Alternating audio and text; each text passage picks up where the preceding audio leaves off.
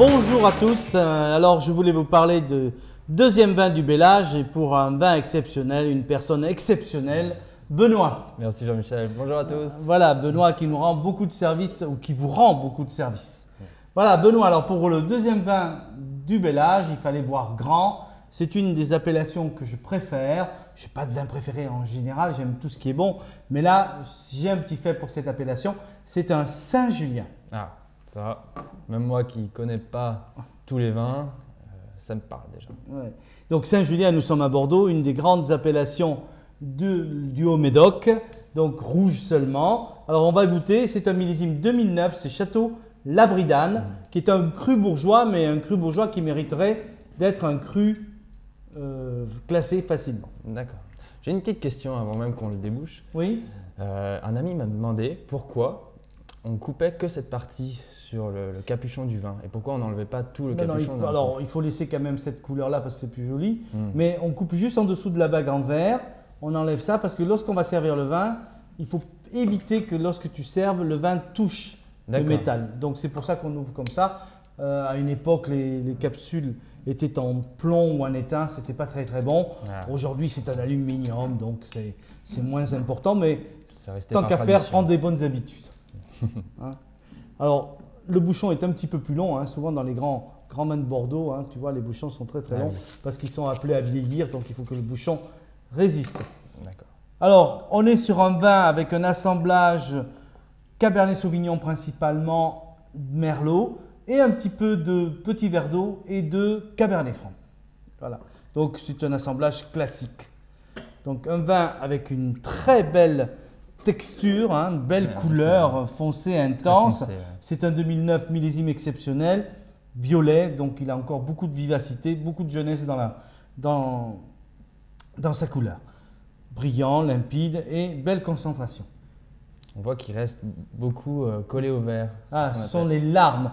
Alors, j'en parle pas beaucoup des larmes parce que c'est que de l'alcool. Dis donc, tu vas pas arrêter de me poser des questions aujourd'hui.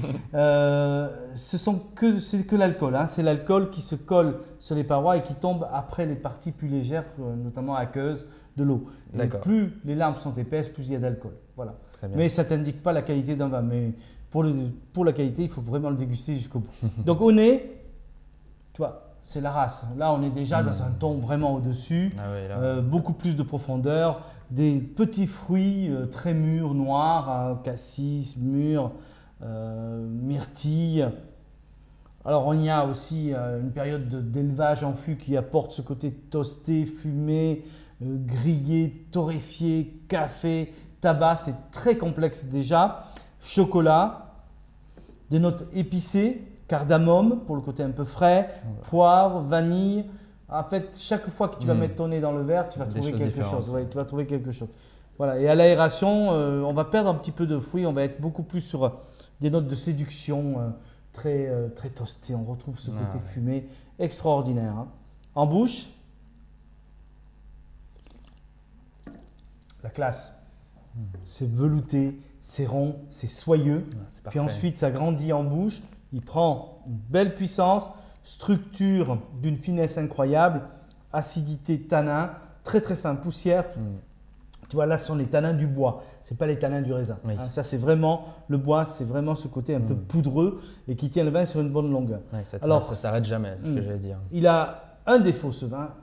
Il est un peu jeune, mais ce n'est pas un défaut.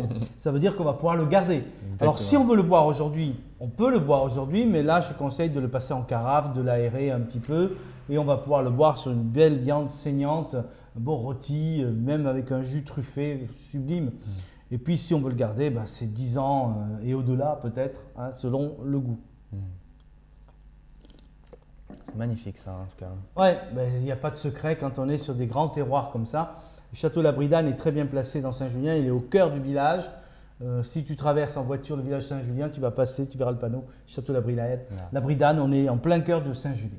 Voilà. Ça, c'est un très grand vin. Gardez-le un petit peu, ça serait bien. Peut-être cet hiver, pour l'hiver prochain, vous pourrez ouvrir cette bouteille. Pour le plaisir. Donc, bonne dégustation.